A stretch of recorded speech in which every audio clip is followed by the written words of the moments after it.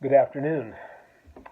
We are now in the ninth of our series of talking about the Bible, and I had some interesting questions come in and some references I've made over the last couple of classes about the Dead Sea Scrolls and the text of the Old Testament. And people asked for more clarification on what I was talking about, so we'll be happy to do that during this session. What are the Dead Sea Scrolls? Well, the Dead Sea Scrolls were found, strangely as it may seem, by the Dead Sea in caves, starting about 1947 and going in some cases all the way into the 1970s. Originally discovered by some Arab boy who had lost a goat and found a hidden cave and found some scrolls.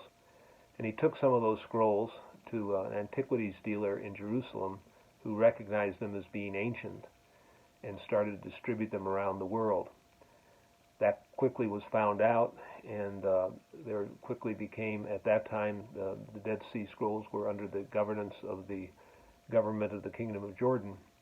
And so all of those were then brought together at one place, and studies were made of them in Jerusalem. And then when the 1967 war came about, Israel got control of Jerusalem and of those scrolls. Now, there are some that were in private hands because of the looting that had occurred, but most of them are in the Museum of the Scroll in Jerusalem. So what was going on here? Well, there was apparently a community, we're not sure of its nature, that was down by the Dead Sea, somewhere between 200 years before Christ and for maybe 100 years after Christ. And it was originally thought to be sort of a monastic community because of the nature of the way that it was set up. But during the last of the Roman sieges of Jerusalem, apparently it was destroyed. But meanwhile, the people who had there had hidden in these caves in large jars these scrolls. And the scrolls weren't in great shape. Matter of fact, they had to be painstakingly restored. But the lack of humidity in the Judean desert, not unlike Tucson, although a lot drier, helped the scrolls to be preserved for that period of time. And so there's slowly but surely over the period of, at least 40 to 50 years, they were translated. And they began to have, there were some weird theories about them early on that were later disproved, but the main theory that was, the belief that was had was that the community that wrote them were one of the extant branches of Judaism that existed at the time of Jesus. And those were the Essenes. They were a very ascetic community. The Pharisees, who we know well of, the Sadducees, who we know of from the Scriptures, and probably another group called the Zealots, which were not members of the other communities. But most of the people thought that the way the thing was set up, it was probably these ascetic Essenes that had established this place where all of these were written. Now, why is this important for the reading of the Old Testament? Well, there are a lot of reasons for that.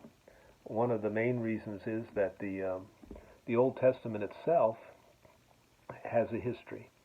Now, when we say translations of the Old Testament dating back, we believe, Mark was written in the year 50, etc.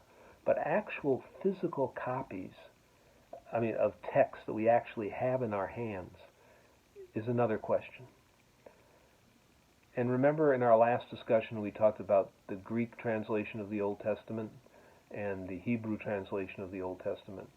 Well, the Hebrew translation of the Old Testament, prior to the findings at Qumran, the physical, touchable text dated back no later than the beginning of the 1500s.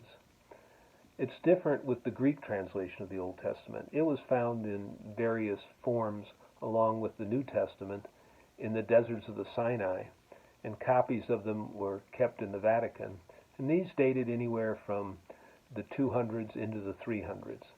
And for ever and ever, that Greek text was the oldest physical, touchable, complete text, or semi-complete text of the Old Testament that we had. And so, when it came time to decide how the Bible would be put together, you had a choice. You could adopt the Greek texts, which were not only adopted as the canon of the Old Testament at the Council of Trent, they had been other councils of the Church, of what I call the Catholic Church through the ages, had come to the same conclusion that these were the texts of the Old Testament. When the Reformation came along, they went the other way. They went to the texts that were written in Hebrew. And that physical text, I said, is about 1500. It was written by a group of really intelligent Jewish scholars at that time and place, but it wasn't as ancient, as physically touchable as the Greek Old Testament was, because it has survived with the New Testament.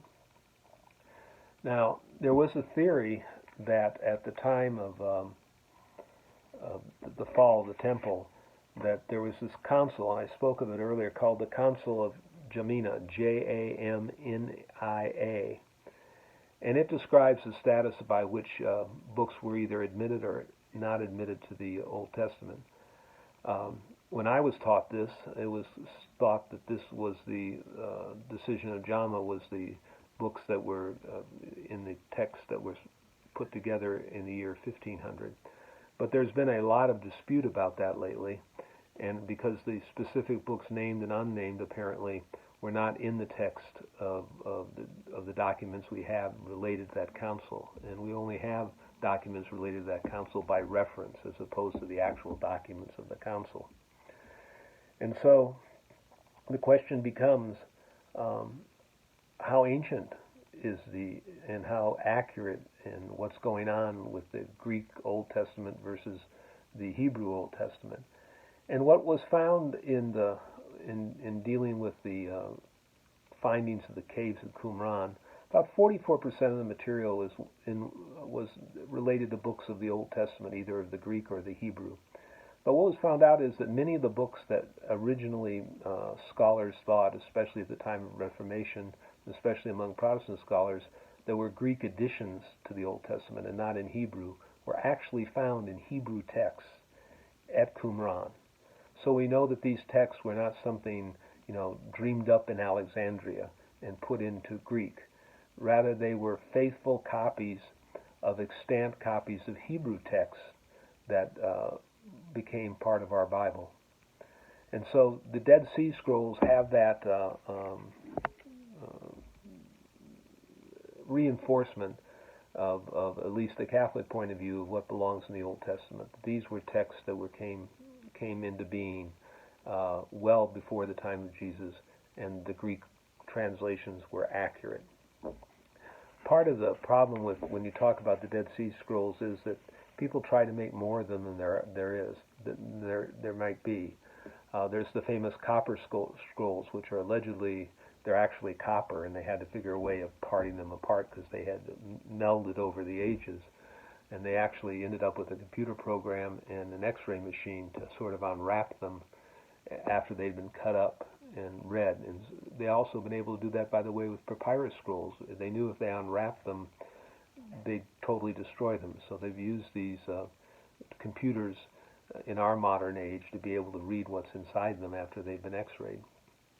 That scroll deals with allegedly where a lot of treasure had been buried and has had a lot of interest. And of course, in all these things, you get writers who are, shall we say, exploiting the situation and come up with weird theories about that the Qumran community was actually more accurate than any of the Old Testaments, and that we don't understand the period of time that the New Testament was put together. Well, over the time, and it's only over time and lots of scholarship that these things can be decided, most of those strange theories have just been eliminated. They're really not part of what we believe. And so when we talk about the Catholic Old Testament, we're talking about the Greek Old Testament. When we talk about the Greek Old Testament, we're talking about a testament put together by Jews, not by Christians, in at least a century to a century and a half before the birth of Christ.